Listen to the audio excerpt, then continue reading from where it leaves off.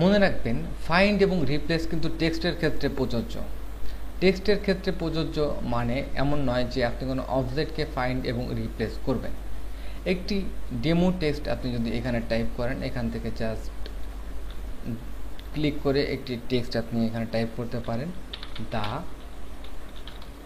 Quick brown Fox jumps over the lazy dog. একটু zoom কমিয়ে নিই এবং আমাদের টেক্সটটিকে জাস্ট এখানে রাখি দেখার জন্য।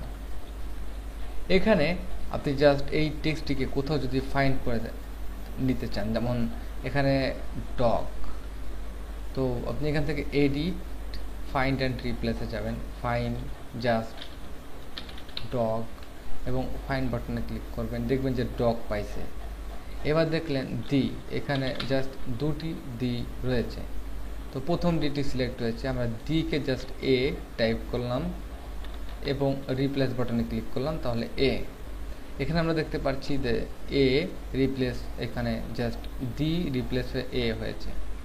এবং ম্যাচ কেস, যদি অন্য কোনো এরিয়ায় যদি দি থাকে তাহলে কেস ম্যাচ করবে এবং ফাইন্ড এখানে আপনি রিপ্লেস করতে পারেন।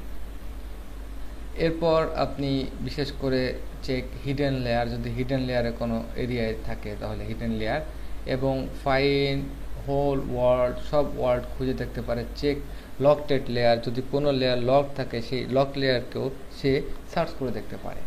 এবং এখানে আমরা দেখতে পাচ্ছি সার্চ, ব্যাকওয়ার্ড, বিভিন্ন ধরনের অপশন আপনি আপনার ইচ্ছা মতো ব্যবহার করতে পারেন।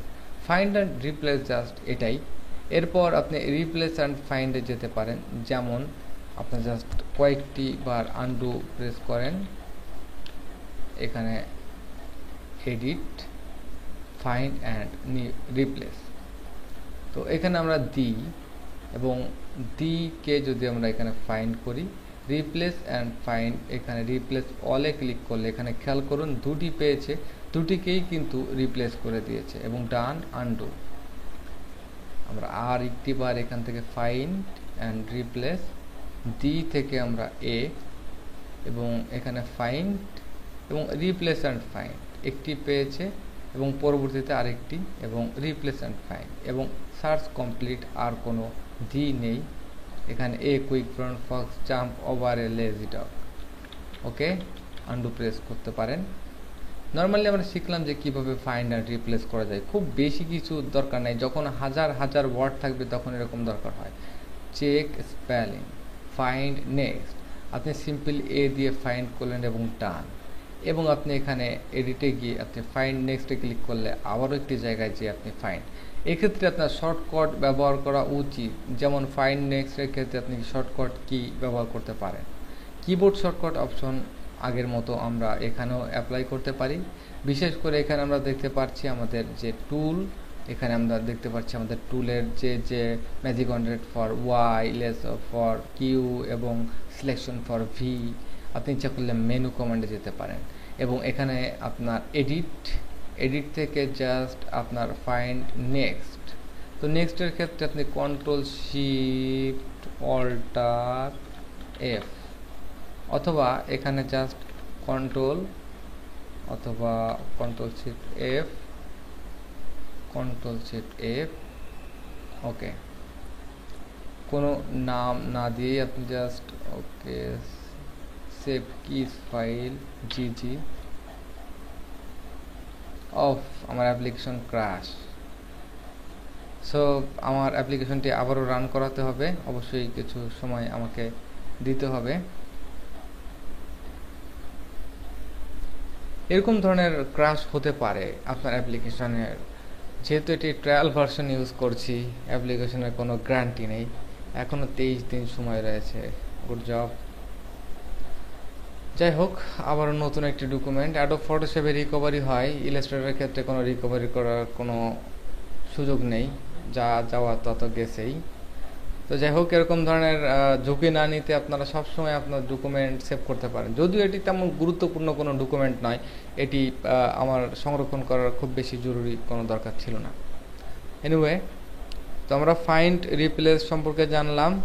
চেক স্পেলিং আমরা এই পর্যন্ত জানি। এই পর্যন্ত জানলে অন্তত আমাদের এডিট মেনু কভারেজ দেওয়া হচ্ছে মোটামুটি 50%। তারপরে অবজেক্ট টাইপ, আরও কিছু মেনু আছে, প্যানেল আছে। ইনশাল্লাহ 10 চ্যাপ্টারের মধ্যে আমরা অনেক ভালো করে অ্যাডোবি ইলাস্ট্রেটর জানতে পারবো। অন্তত আমি যতটুকু পারি আপনার সাথে শেয়ার করব, এটাতে আপনার কোনো ডাউট রাখার কোনো দরকার নেই। তো যাই হোক, আমরা এখানে কিছু ব্যাড টেক্সট যেমন গড মর্নিং অথবা আমি এখানে টাইপ করলাম যে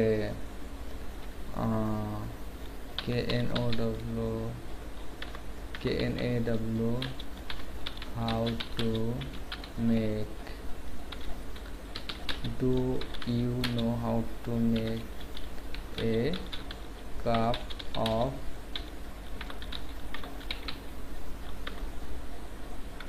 tea?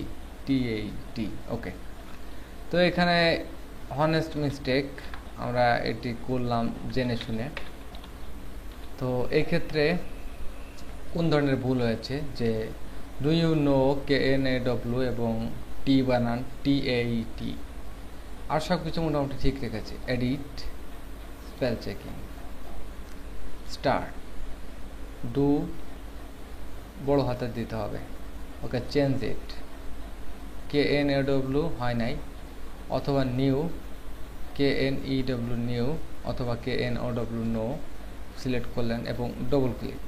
Next T for ATE অথবা TEAT, ডাবল ক্লিক, ডান। খুব কঠিন কিছু নয়। মাইক্রোসফট ওয়ার্ড অথবা অন্যান্য অ্যাপ্লিকেশনে যদি স্পেল চেকিং করে থাকেন, এটি আপনার জন্য খুবই সহজ একটি অপশন। সুতরাং আপনি এটি ব্যবহার করতে পারেন নির্দ্বিধায়, নিশ্চিন্তে। ধন্যবাদ।